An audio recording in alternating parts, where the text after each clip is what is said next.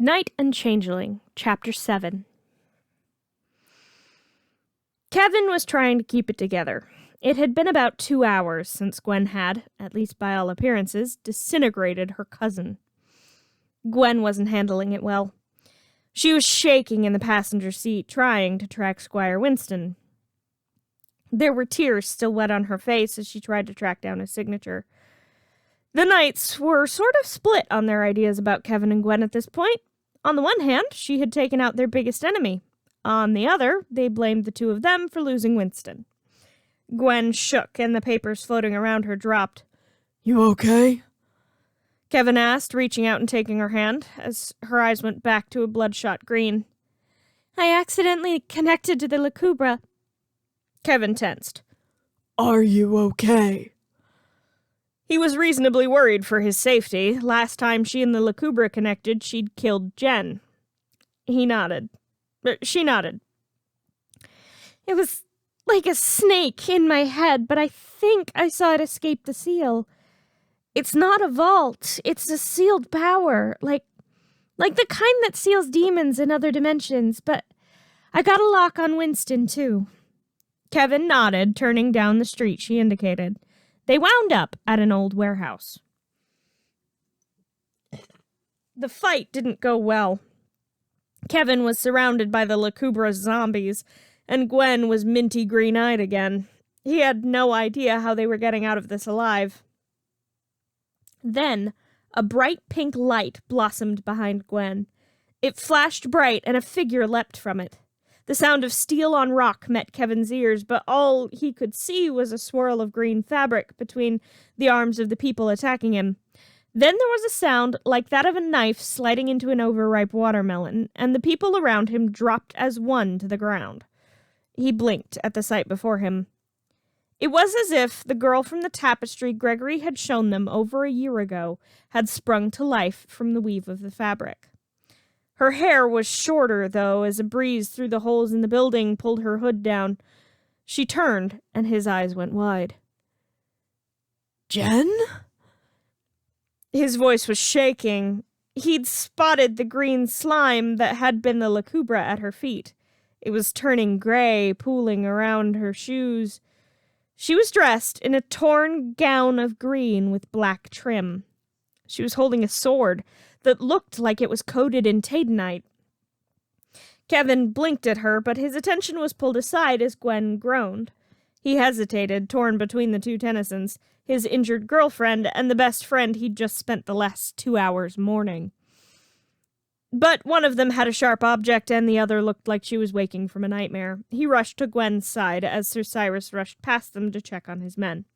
Once assured that they were merely unconscious, he nodded to his guards who leveled their laser lances at Gwen and Kevin.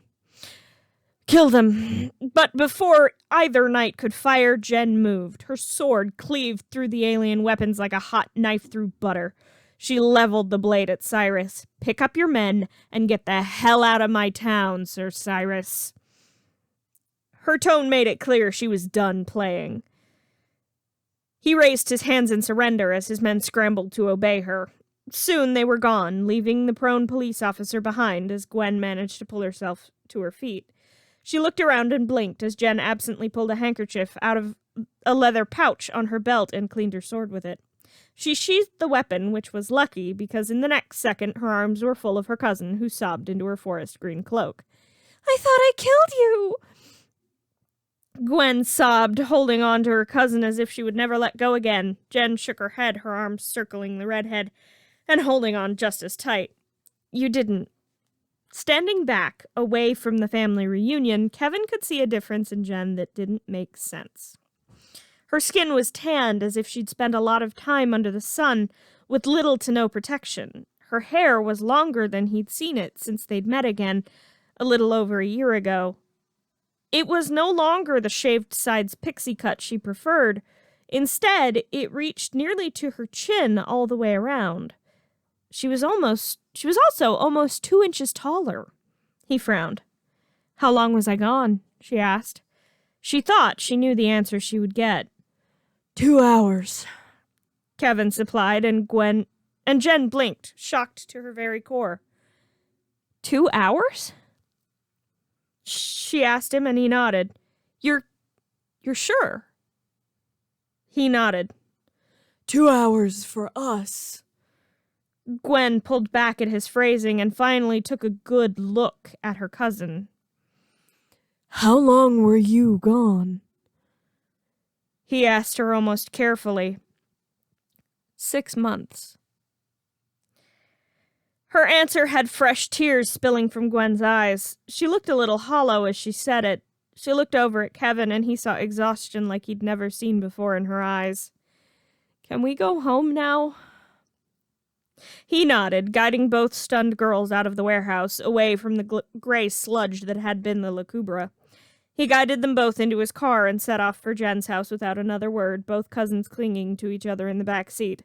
Jen's sword leaned against the door, out of the way, but well within reach. Chapter 8. Back Home. Jen had pictured how her reunion with her family would go over the past 6 months she'd spent in medieval England. She had pictured tears, mostly on her part if she was honest, but learning that for the people she'd left behind, almost no time had passed at all. It was jarring, and for once in her life she had no idea how to handle it. She slipped her house key out of her wallet and slid it into the lock with a click. Kevin and Gwen were sticking around. She hadn't asked them, but they both seemed to know that she needed them. She opened the door and felt tears prick her eyes as she spotted her parents on the couch watching TV. She dropped her sword with a clatter, and they looked up at the door. Her mother frowned. "Jen, what's wrong, sweetie?" She ran into their arms and held on as the wall she'd erected around herself to protect her from the possibility that she would never make it home crumbled. Her father flicked off the TV as Jen sobbed, holding onto them both. Kevin frowned as Gwen hovered, and Jen's parents questioned what had happened. I'm gonna make some tea.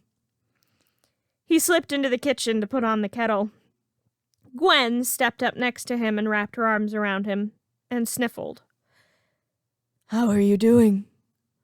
She shook her head at his question. I don't know. I'm so happy she's okay, but she's not the same. Kevin nodded. 6 months can change someone. They shared a look. Jen had killed the Lacubra without a second thought. Maybe she knew something they didn't, but Kevin had never seen her do something like that. Her threatening Sir Cyrus at sword point, that freaked them out a bit more, but there was no telling if she'd have gone through with it or not. Carl entered the room at that point and frowned at both of them. Someone care to tell me what happened? Gwen frowned. Where's Jen? He crossed his arms. Sandra's making her take a shower and change into something more comfortable. What happened? Kevin shook his head. We're not entirely sure. There was an accident. She disappeared for 2 hours. Came back like that. She says she's been gone 6 months. I can confirm that. A voice sounded from near the cabinet where the cups were. They all whirled and found Professor Paradox pulling several mugs down from their usual place. They blinked at him. Carl found his voice first. And you are? You may call me Paradox. I am an associate of your daughter's. He smiled at Kevin. It's good to see you, Kevin. Kevin flipped him off. Gwen stepped between them. Was she really gone for 6 months? Where was she? Paradox frowned. She was, but I can't tell you anything more. Kevin frowned. Why are you even here? Paradox sighed. I need to check on something. Gwen, the redhead nodded. When you and Jen were children, you faced Eon. What happened to the Hands of Armageddon? Gwen shook her head. Why is that important right now? Paradox handed the still very confused Carl a mug and passed the others to Kevin. It is vital to what happens next. What happened to the Hands of Armageddon? Gwen let out a frustrated sigh. Jen broke it. She used Eon's powers to slam the door shut, then advance the aging process. It crumbled into dust. Why is that important? Paradox nodded. Good. Then you won't be needing me again for some time. Kevin caught his arm. You could have gotten her at any point. Why didn't you? Paradox shook his head. I wish it were that simple, Kevin. Kevin practically snarled. I am so sick of your riddles. Paradox nodded. You never did like me much. Or you won't. But before Kevin could do anything else, they blinked and Paradox was gone. Kevin turned to the steaming teapot and began pouring water into mugs, grumbling under his breath. Jen had missed hot running water so much over the past 6 months. So much so, she stayed in the shower until it began to grow cold. She pulled on the clothes her mother had laid out for her usual outfit, jeans, a black shirt, and her spare green jacket. It felt like donning an old skin she hadn't had in so long. Glancing at the pile of clothes she'd taken off before her shower, she took the dagger from the top of the pile and rolled up her pant leg. She strapped the weapon back to her calf, glad she preferred boot-cut jeans to the tighter alternative. She glanced down at the Ultimatrix, which was whirring. Connection to Primus reestablished. Reboot complete. She smiled slightly. At least she wouldn't end up in a gown every time she transformed again. She stepped over to the mirror and frowned at her reflection. That was something else she hadn't seen much of. Mirrors back in 11th century England weren't great. They were silver-backed and often tarnished and too heavy to take with them on their hunt for the dragon. Her hair was longer than it had been in years. She searched through the cabinet until she found her father's electric razor. She pulled it out of its case and clicked on one of the size guards and clicked on the razor. She ran it through her hair, letting a large amount fall into the sink. There was a tap on the door. Are you all right in there, Jen? Jen sighed as she opened the door. I can't reach the back. She handed her mother the razor. Her mother blinked and smiled slightly. Sit down, sweetie. Jen sat down on the closed toilet. Her mother carefully began to cut her hair. They remained silent for a few moments as hair fell to the floor. Sandra smiled slightly at her daughter. Are you all right? Jen shrugged slightly.